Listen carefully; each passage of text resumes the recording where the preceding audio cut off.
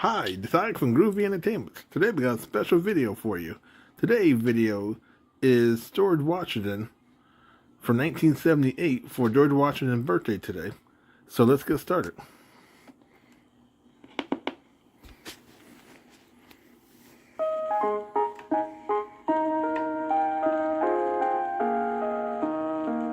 You've studied our first president. What kind of boy was he? Let's hear the tale of young George and his father's cherry tree. He always told the truth, though 'twas easier to lie. He grew to be a leader, brave honesty was why. Our story opens on a little street in one of the colonies. Mrs. Washington is very busy getting ready for the sewing bee. Now, a sewing bee is when all the women would come over and sew together and talk. Well, the ladies would talk more than they would sew. They would talk about anything and anyone. Hamilton, would you please go to work right now? I don't have to be to work until later. I want you out now. Why? Today the ladies are coming over for a sewing bee, and I want the house to be clean. If it isn't, then you know how they will talk. I guess you never talk. Me? Never. I just listen to all of them talking and bragging about this and that. And you never do? Never. These cookies are good, Don't you dare eat my cookies. but they're on this plate. They're for the ladies. Well, what is there for me to have? Nothing. You can have something when you get home today. I think I'll go into the yard and work on the trees. Trees? They're just sticks. I don't even see one leaf on them. Well, they will grow and bloom, and then we will have our own cherry trees. When I see that, I'll believe it. Then there came a knock at the door. I wonder who that could be. Maybe it's one of your friends. It's too early. Does everything look all right? It does. You're a good housekeeper, so don't worry. Do you want me to open the door? No, I will. I'll go get dressed and go to work. I'll see you at dinner. I hope everything will be all right. It will. And are you going to walk little George home this afternoon? No, he said he was going to play over at the Jeffersons' house today. Oh, the door. You can go out the back way. No. See you later. Mrs. Washington took off her apron, pushed her hair back from her face, and walked to the front door and opened it. Why, Elizabeth Buren, you're so early. Just came by a little early to see if you needed any help. No, I have everything ready. Ma, your house is clean and shiny. Well, I tried. And it shows it. Can we sit down and chat for a while before the others get here? You look like you are a trifle upset, Elizabeth. Tell me, what's wrong?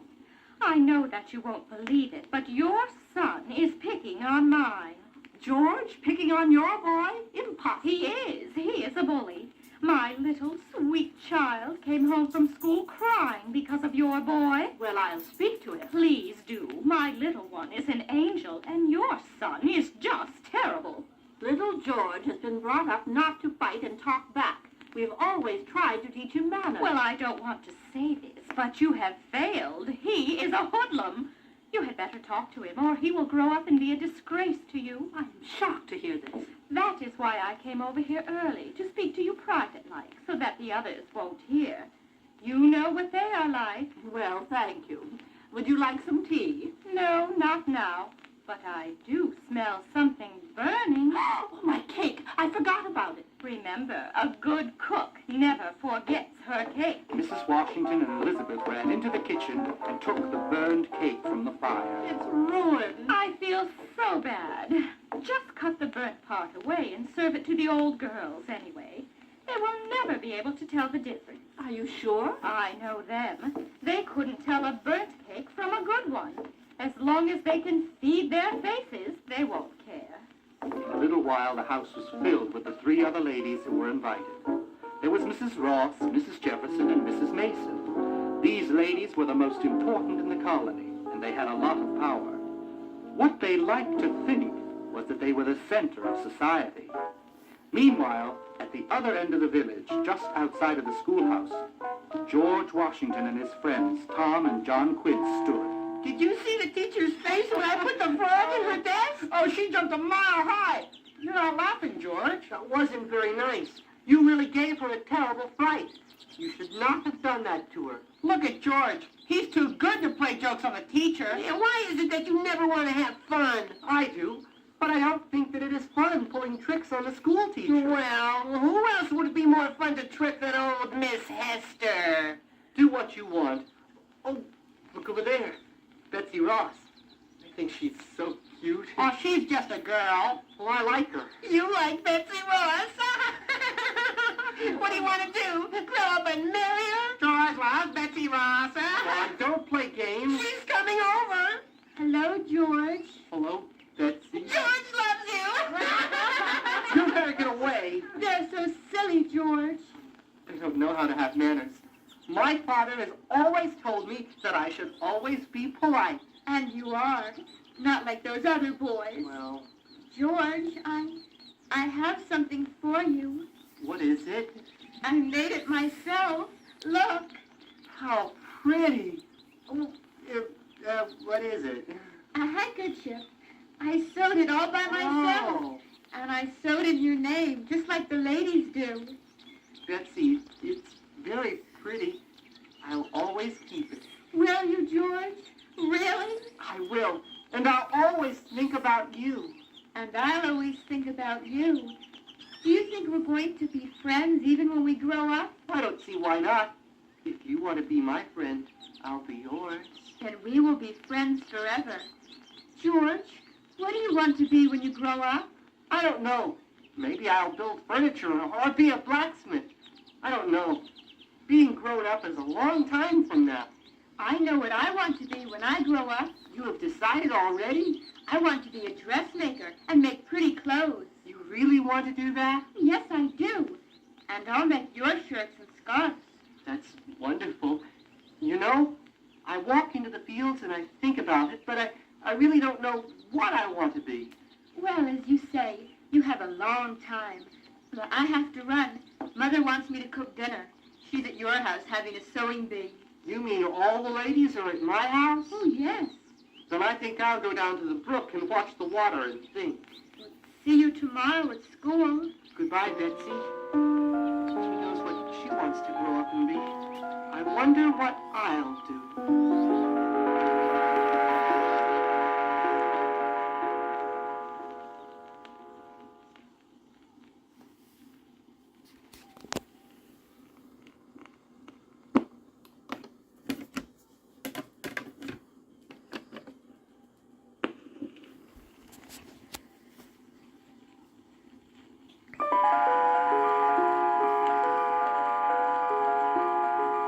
George went down to the brook and sat under a great oak tree.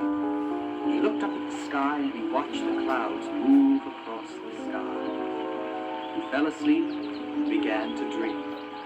He dreamt that he was 20 years old, working in a blacksmith shop. George, I want you to put horseshoes on all my horses by 12. But you must have about 100 horses, sir. Well, can you do it? I can. Watch me work. And as fast as he could, George began to work. He took the old horseshoes off and put the new ones on and nailed them into place. He was ever so careful, and in a flash he was Done, sir. Well, did you think that I could do it? I knew you could. Here is all the money that you will need.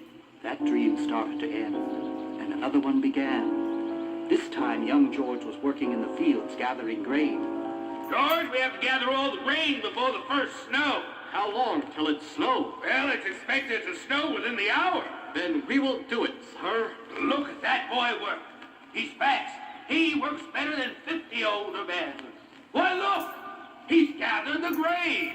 Here are your bushels of wheat, sir. Thank you, boy. You're a good worker. The dream began to fade, and young George began to have another dream. He was standing on a platform in front of many men. We have to fight for what is right. Fight? But none of us have any weapons. We have to fight, or else we will never be free. I'll lead you, and we shall win. Then George dreamed of a battle and men fighting, and when the battle was over, there stood George and his men in a field. They were the winners. We won! We are free! You must be our new leader! Me? Your leader? You should be the new king of the colonies, though. We just fought to free ourselves from a king. I will not be the king, but you must be our leader. If you want me to be, I will. George will be our leader. But if you are not the king, What shall you be?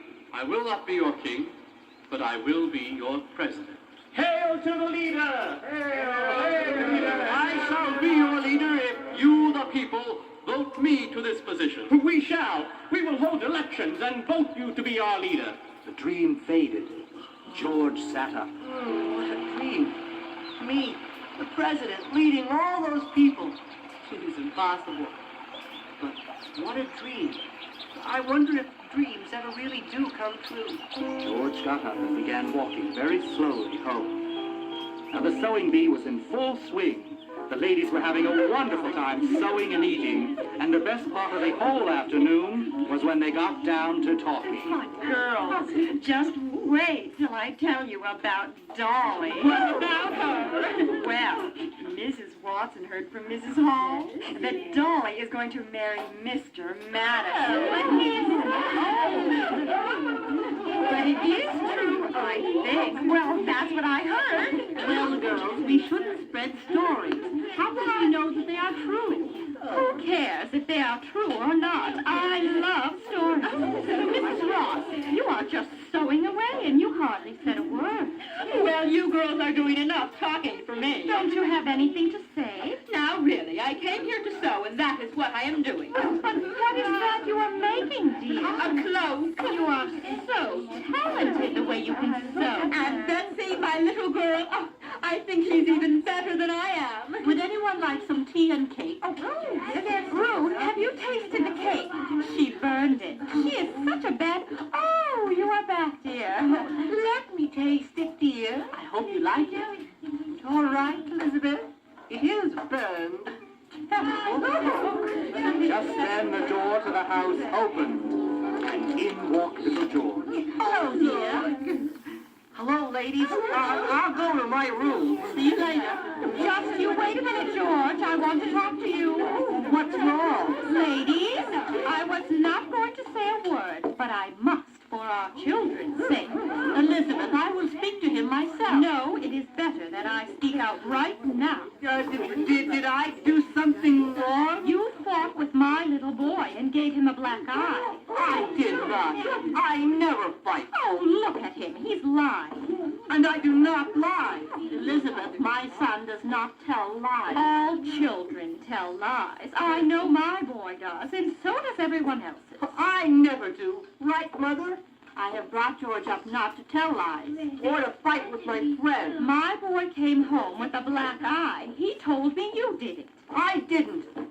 Do you want to know how he got his black eye? Now listen, girls, to how he can make up stories. One morning, he didn't go to school. He played hooky. Hooky? Your son? I don't believe it. He would never do that. Well, he went and climbed up in an old apple tree and fell down and hit his eye on a branch, and that is the truth.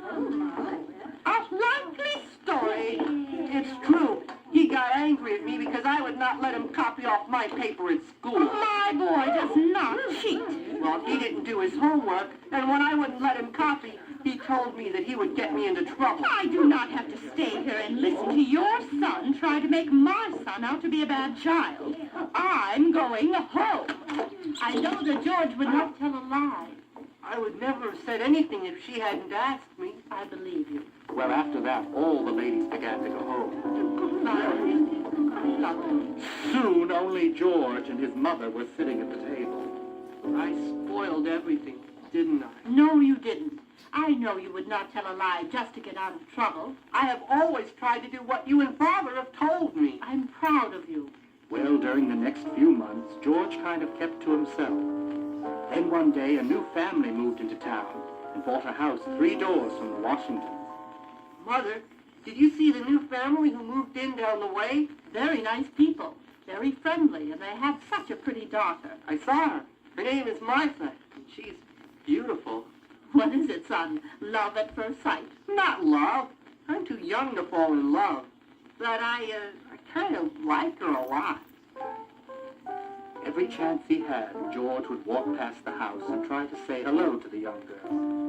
One morning, as George was passing by, he saw Martha standing near the fence. Hello? My name is George. I know. Do you want to know what my name is? Oh, I already do. It's Martha.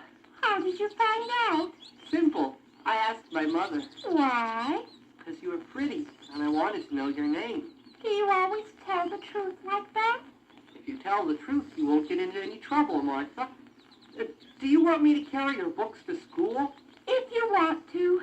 Now, Martha and George became very good friends, and they even sat in desks next to each other in school. Now winter was coming, and George's father told him, I want you to go out and cut wood for the fireplace. I have some time to do it, Father. I want you to start today. It is very far to the forest. I don't care where you go to get the wood, just cut it. We have to get ready for winter. Whatever you say, Father. Now George went out back and picked up the axe and looked around for some trees to cut down. Then he saw a cherry tree standing in the yard. It looked bare and dry, for it had already lost its leaves for winter. I think I'll chop this down. It looks pretty dead. And he did. There. Now, I'll cut it into little pieces and it will be done. He chopped and chopped, and then stacked all the wood next to the house. Well, in the evening, when his father came home, he looked in the backyard and said, What happened to the cherry tree? It's gone. Now his yell brought George's mother out of the house. It could not have vanished. It was planted very deep. Look, there are pieces of chopped bark. Where is George? When George came home, his father was waiting for him. And as soon as George walked into the room, his father said, Did you chop down the cherry tree in the back? It was my favorite tree. I did, Father. And I'm sorry. But why? I don't know. I'm sorry. I cannot tell a lie. And because he was truthful, George was not punished. As he grew older, he became a very wise man and a respected man. He became a general in the Continental Army and was instrumental in freeing his country from the tyranny of the English king. The teachings of his mother and father remained with him always, and his dreams did come true. But George Washington became the father of his country and became its first president in the new democracy of the United States of America. You've studied our first president. What kind of boy was he? Let's hear the tale of young George and his father's cherry tree. He always told the truth, though 'twas easier to lie. He grew to be a leader. Brave honesty was why.